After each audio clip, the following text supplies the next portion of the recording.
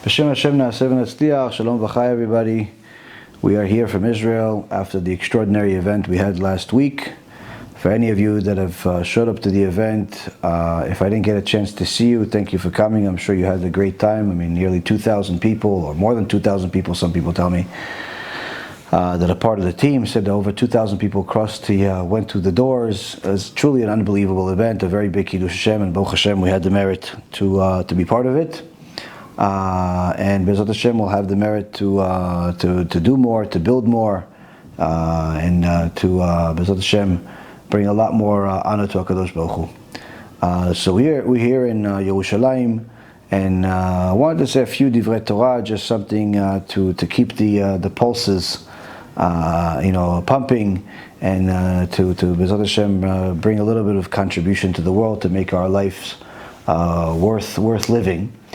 We have our parasha, we have Parashat Vayetchanan, where everybody knows in the beginning of the parasha, Moshe Rabbeinu tells us that he begged the Kadosh Baruch Hu to let him in Eretz Yisrael, but Kadosh Baruch Hu simply told him no.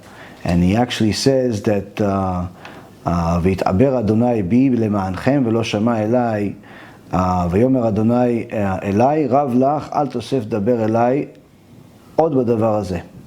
That HaKadosh Baruch Hu told Moshe Rabbeinu that he became angry with him for your sake. And he did not listen to me. And Hashem said to me, it's too much for you. Do not continue to speak to me further about this matter. So, first and foremost, we understand that HaKadosh Baruch Hu did not accept Moshe Rabbeinu's 515 prayers. And from there we learn that sometimes, even if you pray a lot, sometimes the answer is no. Why no? HaKadosh Baruch Hu has his reasons. Sometimes no because it's you don't deserve it. Sometimes it's no because you didn't pray enough. Sometimes it's no because it's bad for you.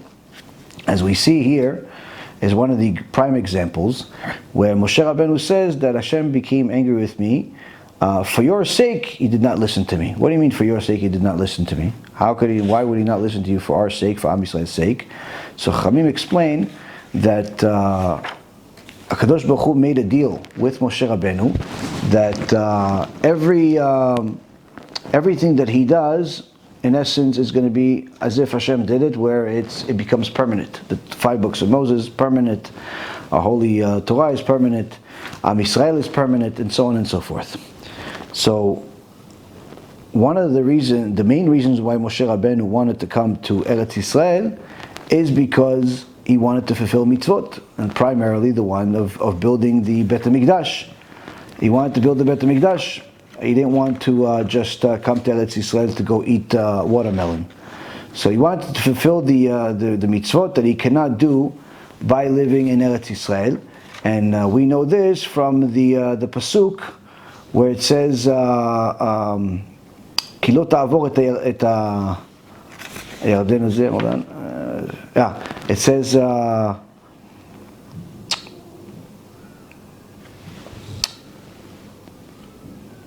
אעברה ואראה את הארץ הטובה אשר בעבר הירדן, ההר הטוב הזה והלבנון.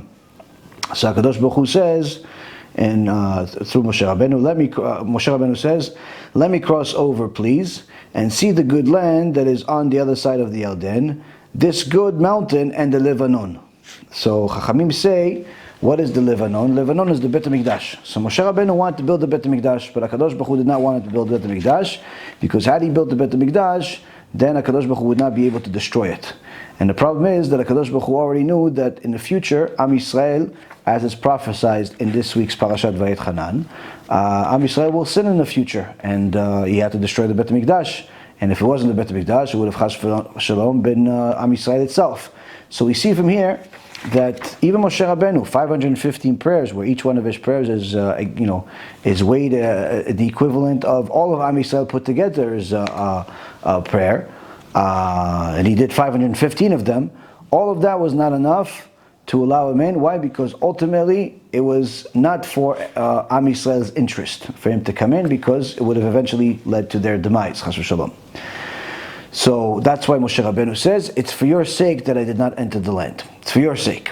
So now, moving on, we see that from the parasha that HaKadosh Baruch Hu tells us a very, very important rule, and a rule that is very relevant to our lives today in a world full of heretics and rationalists and all types of people that like to distort the Torah and so-called modernize it to their likings. There was one guy that was a famous rabbi that died not too long ago, who said something famously that Rabbi Elyashiv fought against, harshly against them, and actually, wrote a letter against them and told him that he has to remove his books from the stores, where he made certain statements in his books and also in public, where Judaism does not have a monopoly on the truth. And people like to believe that there is, a common or universal truth out there that perhaps not only Judaism has, and this week's parasha says the exact opposite, meaning that only Judaism has the truth and everything else is lies. Anything that Christianity or Islam or anything else out there that has truth has to come from Judaism. Anything in the world that is true, that is worthwhile, that's something that's significant and true, has to come from the Torah. There is no truth that exists outside of the Torah. And one of the places that we see that is from this week's parasha, where Moshe Rabbeinu says, Ta'am Yisrael, ומי גוי גדול אשר לא חוקים ומשפטים צדיקים ככל התורה הזאת אשר אנוכי נותן לפניכם היום. So Moshe Rabbeinu says, and which is a great nation? He's in essence rebuking us, telling us what other nation had all this extraordinary miracles happen to them, this extraordinary connection to God, and also this wisdom called Torah. What other nation has such a thing? And in essence, he's telling us in verse 8, chapter 4, verse 8, and which is a great nation that has righteous decrees and judgments, such as this entire Torah that I place before you this day. So Chachamim say, this is not just righteousness, but if you look at Onkelos, he says truth, meaning what other nation has a truth? Meaning that there is no other truth other than the Torah. There is no second truth. There is no, like, Judaism is number one, and then there's number two is Christianity, and three is Islam, or two is, there is no number two. There's a single truth in the world, and it's the Torah. It's Judaism. There's nothing else. And there's no versions of Judaism. There's a single version of Judaism, and that's the Torah Judaism. They call it also Orthodox Judaism. That's it. There's nothing else that's true out there. So anyone out there that says that there is multiple truths out there or anything like that, that's 100% heresy, because there is no such thing. It's actually even against the 13 principles of faith. And hence the reason why Rabbi Elyashiv went against that person. Next thing that we want to learn is that there is a constant mention of idolatry, Baal Peor, in this week's parasha. And you always have to ask yourself, how is this relevant to me? What could I learn from this Baal Peor? I mean, what's it at? What could I do with this? So, first we have to understand that the obligation of Torah is not just to know that it exists, but also to learn it every single day. Every person is obligated to learn Torah. Now, a Jew is obligated to learn Torah every single day.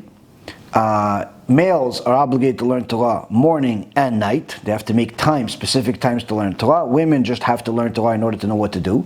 Gentiles also have to learn the applicable things that are relevant to them, which is mainly Musar, as the part of the Torah. But the key is to know is that without learning Torah, a person doesn't even know what life is. Now, the parasha tells us that you not only have to learn the Torah, but you also have to teach it. Where it says, "Asher yilmedun leirah oti kol hayamim asher hem chayim al ha'adama ve'et bneihem yilamedun." That says that I will let's see. Yeah, and it says that when Hashem said to me, "Gather the people to me, and I will let them hear my words, so that they will learn to fear me all the days that they live on the earth, and they shall teach their children." Meaning that a person needs to know that he not only has to learn Torah for his own sake to know what to do, but also to actually teach his children. He's responsible to teach his children. Now, each time it mentions about the whole part of learning Torah, it's our obligation to teach it and so on. It talks about how we have an obligation to protect our souls. That you should take great care for your souls. Now, interestingly enough, this protection of your souls is mentioned a couple of times in the parasha, and it says, take great care of your souls, for you did not see any likeness on the day HaShem spoke to you at Chorev. Chorev is another name for Mount Sinai, from the midst of the fire. Lest you act corruptly and make yourselves a carving, a likeness of any shape, a form of a male or a female, or a form of any animal that is on earth, a winged creature. The point is that he says that we have an obligation to take care of our souls, to protect our souls, lest we end up thinking that God is as an image of a man, of a bird, or of anything, of some type of heavenly sphere. Don't think for a moment that that's what you saw at Mount Sinai. There was no image, there was no likeness of an image. God doesn't have an image, doesn't have likeness of an image. Okay, fine. But what does that have to do with protecting your soul? What does it have to do with with all of this? Simple. If a person learns Torah according to HaKadosh Baruch Hu's Torah, he's going to learn Torah with a constant fear of the Almighty. A constant fear of the Almighty, that the Almighty is not his friend, the Almighty is not a person, the Almighty is not limited, the Almighty doesn't need him, and constantly have a clear understanding of what their role is in the world as a servant versus what HaKadosh Baruch Hu's role is in the world as the master. But if a person doesn't have a clear understanding of what fear of the Almighty is, and he listens to all types of fools that call themselves rabbis and speakers and so on, that say you shouldn't be afraid of HaShem, and it's even a bad thing to be afraid of HaShem, and all types of stupidity like that, then in a matter of seconds he has turned himself into an idol worshiper. Why? Because the moment you minimize HaShem from what he is to something that you can comprehend, something that's human, something that has an image, something that has a limit, something that has a capacity that you could put together, if you will, something that you could even relate to in any way, that's when you've humanized God. And that's when you've turned into idolatry. So whether it's some of the reshaim, wicked people that we've spoken against in the past, or it's new ones that are coming out of the woodworks, doesn't really make much of a difference. The keys to understand is that there is no understanding God. There's simply our learning of Torah is to understand our obligation in the world. And in order for us to understand our obligation in the world, we have to begin with learning Torah for the sake of fearing the Almighty. Now, you're going to say, wait, but why can't I just not fear the Almighty, but rather just love Him? Aren't I obligated to love Him too? Yes, you're obligated to love Him. But love cannot come without fear. How do we know? We'll give you a couple of sources to finalize the point in this shiur today. First, we have Onkelos. Onkelos says, "Ubikashtem misham et Adonai Elohecha umatzata ki tidreshenu bekol levavecha ubekol nafshecha." Onkelos says on the verse in chapter 4, verse 39, "From there you will seek HaShem your God, and you will find Him. If you search after Him with all of your heart and with all of your soul." This is the prophecy that HaKadosh Baruch Hu tells us in the future time of Mashiach, meaning today.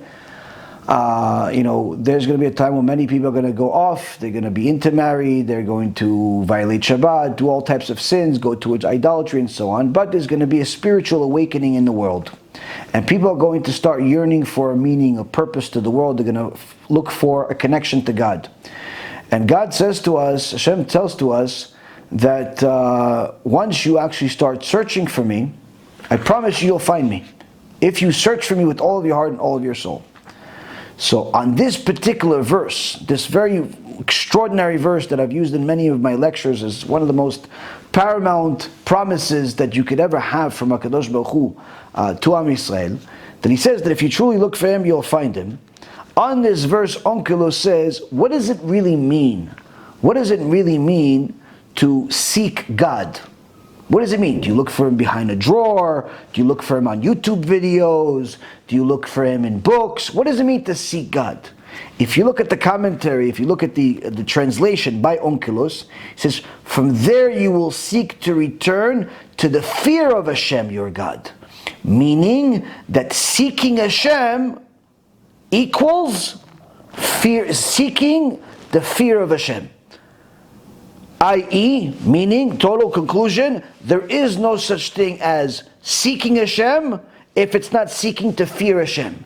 What kind of fear? Fear of punishment. Pure fear of punishment, not fear of the awe and the majesty, because a person that doesn't have a huge connection with a Kadosh Baruch Hu that's real, that is founded on the Torah itself, has no concept of what awe of Hashem is.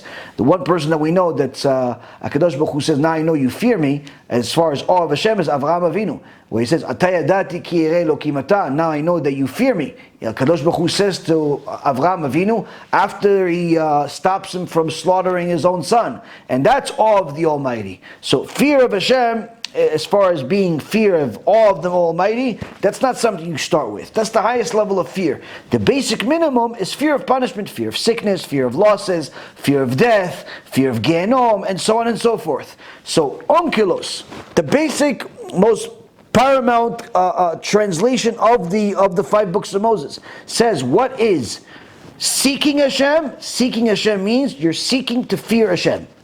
Because that is a true connection to Hashem. Everything else is not. Now you're going to say, yeah, but my local Chabad guru told me otherwise. Little Santa Claus over there just had a video that says that you shouldn't have fear of the Almighty. It's not good for you. It's not this. It's not that. Let me tell you something, Rabotai. I'll have a chidush for you guys that's worth $1 million. Why? Because this chidush is going to show you how not only is this Santa Claus, man is Friedman, not Chabad, but most Chabadniks today that say the same thing he does are also not Chabad. Why? Because Chabad is founded off of the teachings of the Baal Tanya. More than anything else, even more than the Lubavitcher Rebbe, the Baal Tanya is the foundation of Chabad. And the Tanya says, in section 1, in 41, and it says, the Tanya says the following: a Jew must always remember to keep in mind the main part of his servitude of Hashem, which is to fear and love Hashem, based on the verse in Tehillim that David HaMelech says, Sur mera ve'aseh tov, run from evil and do good.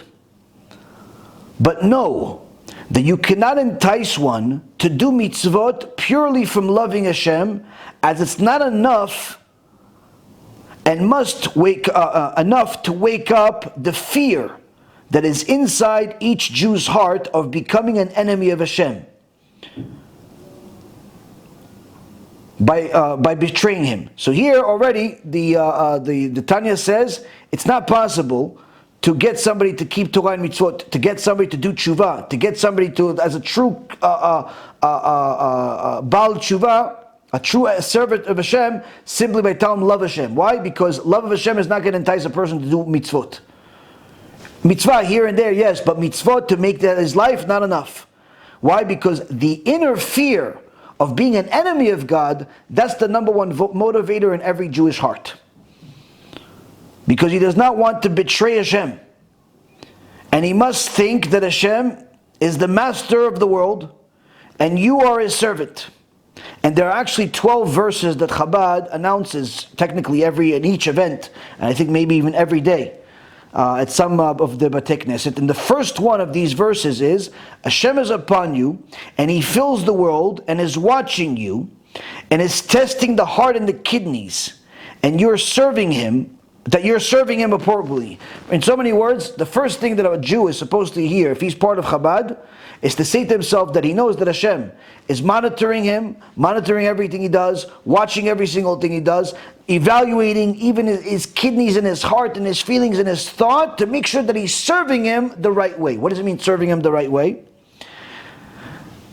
Serving Him where he has to have fear. That's what Tanya is writing. That he has to have fear when he's serving Hashem, because he's next to the master of the world. Not just believes in the master of the world, but he's next to the master of the world at all times. He's next to the master of the world, and this is something that he must delve into at all times. As a side note, the Lubavitcher Rebbe, instituted this particular thing that I'm saying to you as one of the things that every boy in Chabad has to remember. And the Tanya finalizes and says the following: and if he still doesn't fear Hashem, he goes to B'Knesset, he puts on tefillin, he does whatever he does, but he still doesn't fear Hashem. So long as he continues to serve him, he's at least on the right path to get there. But if he's only serving Hashem out of love, then he's not doing well at all, because a servant is serving a master out of fear. So, in so many words, what the Baal Tanya is saying is exactly what we've been saying for many, many years. Baruch Shekivanu, that if a person is trying to serve Hashem the right way, fear Hashem, fear the Almighty, learn about Yirat Shamayim, chapter 6, verse 13 in this week's parasha talks about fear of Hashem. Incidentally, B'siyat Dishmaya, it's also the verse that is 613 mitzvot.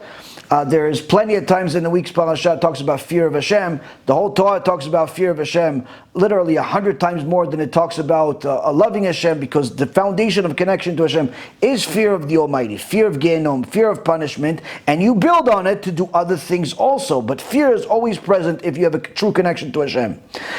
And the Baal Tanya says that if a person is trying to get there but still not there, as long as he's trying, he's still on the right path, eventually he's going to get there. But if he's deluding himself that fear is bad, like this man is Santa Claus thinks, or some of the other people say, that fear is not good, Gehenom is not good, scaring people is not good, all types of mumbo jumbo that their philosopher heads are creating, the Baal Tanya, the head of Chabad, one of the greatest Hasidim in history, says someone that thinks they could purely just love Hashem is not doing anything at all. It's not serving Hashem, serving something else. Why? Because there is no such thing as a servant that's not afraid of his master.